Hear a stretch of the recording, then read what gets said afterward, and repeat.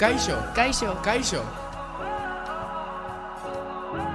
Ongi etorriak Askatasuna Institutoko hau podcastera, eskidetza eta askatasuna oinetan zabaltzeko zona librera.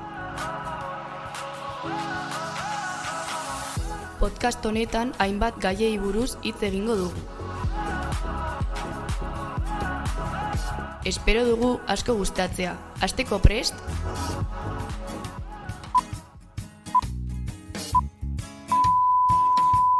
Gaurko kapituloan, sexu heziketa. Kaixo guztioi, ongi etorri gure podcastera, gaur hemen ditugu Maili, Naroa eta Jone. Eta zer dugu gaur goizerako? Iraia, ez duzu gogoratzen, gaur gazten sexu heziketari buruz hitz egingo dugu. Egia da, ahaztu egin zait. Gaur egun sexu hezkuntza garrantzi eta eztabaida handiko gai da gure gizartean. Baina, zer ote da sexu heziketa? Gaur jakingo dugu zer den sexu heziketa. Sexu heziketa giza sexualitateari buruzko informazioa zabaltzeko aktibitate multzoari esaten diogu.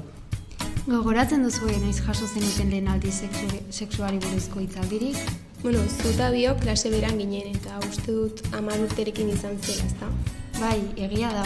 Ez dut gaiagirik gogoratzen, baina gogoan dut hainbat jarduera egin genituela gaian sartzeko. Hitzaldiak eman zizkiguten eta betiko bideo tipikoak ikusi genituen.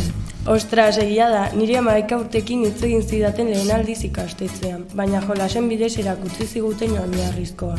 Eta gogoratzen dut kondoi bat nola jarri irakatsi zigutela. Niri lehen aldiz, lehen hezkuntzako 2. mailan hitz egin zidaten sexu heziketari buruz. Bideo batzuk besterik ez zizkidaten jarri, baina oro har ez zizkiguten azaltzen zer arrisku zeuden eta ez zuten gaian sakontzen. Bai, gure kasuan ere horrela izan zen.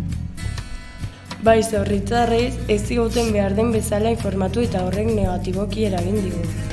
Hori da kontua. Aspaldi irakurri nuen munduko osasun erakundeak egindako ikerketa batean kalitate handiko sexu hezkuntza jasotzen dutenek bizitza osoko osasunean modu positiboan eragiten diela. Bai, baina garrantzitsua da informazioa iturri seguretatik ateratzea, hau da pertsona profesional batetik bestela gazteek interneten aurkitzen dutenaren arabera jokatzen dute. Honekin bat dator pornografiaren kontua. Batzuk uste dute pornografia sexu heziketa alternatibo gisa erabili daiteke. Baina garrantzitsua da nabarmentzea horrek ez duela sexuaren ikuspegi errealistarik ematen. Gainera horrek ez du harreman osasungarri eta adosturik sustatzen. Horretaz ari garela, gogoratzen dut duela aste batzuk erreportaje baten Save the Childrenek, baieztatu zuela gaur egun kontsumitzen diren eduki pornografiko gehienak sexu heziketa matxista batean oinarritzen direla. Egia da, eduki horietan osasuntsu ez den sexu harremanak adierazten dira. Hala ere, arriskoa ez da eduki hori kontsumitzea, baizik eta gure sexu desira oinarri errealetan eta indarkerian eraikitzea. Kontuan hartu behar dugu sexu heziketa integrala lagundu dezake gazteek beren sexu jarduera modu seguruangoan egiten, bere sexualitateari, zunari eta eskubidei buruzko informazio argia ematen baitie. Bai, egia da, gainera lagungarria izan daiteke nahi ez diren haurdunaldiak eta sexu transmisiozko infekzioak prebenitzeko. Nire gurasoek kontatu zidaten duela 37 urte 1987an gazte asko zirela ITS-engatik. Ohiko nahi esan. Urte haietan ez zuten informazio nahikorik. Horregatik da garrantzitsua informatuta egotea eta segurtasun neurriak hartzea gure osasunerako. Egia da, suposatzen dela guztiok dakigula informazioa iturri seguruetatik atera behar dugula. Profesional hori galdetzeko aukera dugunean, gure zalantzak argitu beharko genituzke. Haiek ematen baitigute informazio egokia. Horregatik, espazio seguru bat sortu behar da, galdera hauek galdetzeko eta erantzun ziur bat izateko. Bai, batzutan ez da ingurumen seguru bat sortzen, eta asko kostatzen da galderak egitea eta ditugun zalantzak argitzea. Arazoa da, askotan galdera hauei erantzuna emateko internetera hartzen dugula eta topatzen dugun informazioa askotan ez da segurua. Nire gertatu zait interneten informazioa bilatzean ideia kontraesankorrak aurkitu ditudala zenbait web horretan.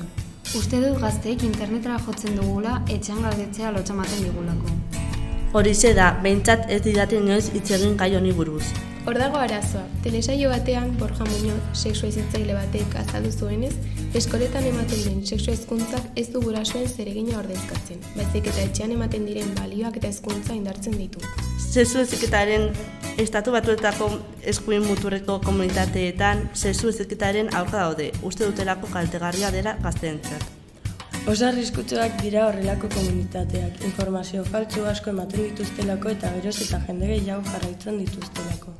Horretaz aparte, oraindik entzuten dira sexu heziketa soilik gurasoen ardura izan behar dela pentsatzen dutenek, eta haiek izan behar direla seme-alabekin gai horretaz hitz egin behar duten bakarrik. Egia da, haien sinesmen ustez gurasoak arduradunak dira heziketa hau emateko eta ez hitzagun baten haiei aurrei hezkuntza bat ematea. Beste batzuek pentsatzen dute nerabek ez dutela behar den heldutasuna sexu hezkuntza jasotzeko, eta informazio hori kaltegarria izan daitekeela haien garapen emozionalerako.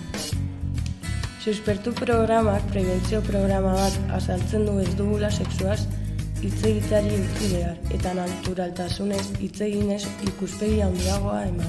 Hori da lortu nahi duguna, baina hala ere epaitok sentitzen jarraitzen dugu sexuaz hitz egiterakoan. Lagunen artean batzoi erraza egiten zaie, baina hala eta guztiz ere gure buruaz lotsatzen gara gutaz barre egingo duten beldur.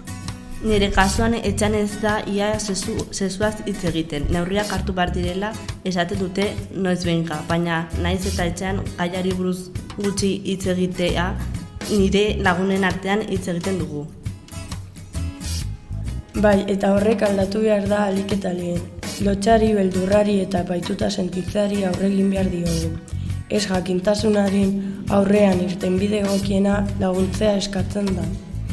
Gure galderak eta zalantzak argitzen ezinbestekoa da. Laburbilduz, sexu hezkuntza ezinbestekoa den tresna boteretsua da osasuna sustatzeko, abuso eta indarkeria prebenitzeko, eta sexualitatea arduratsua eta errespetuzkoa bideratzeko. Gomendagarria da txikitatik sexuari buruz hitz egiteko ohitura hartzea. Horrela munduan aurrerapen handiak egingo ditugu eta. Eta hori izan da guztia, mila esker entzuteagatik. Hau da, mila esker hemen egoteagatik eta zuen arretarengatik. Eskerrik asko eta hurrengo kapitulora arte.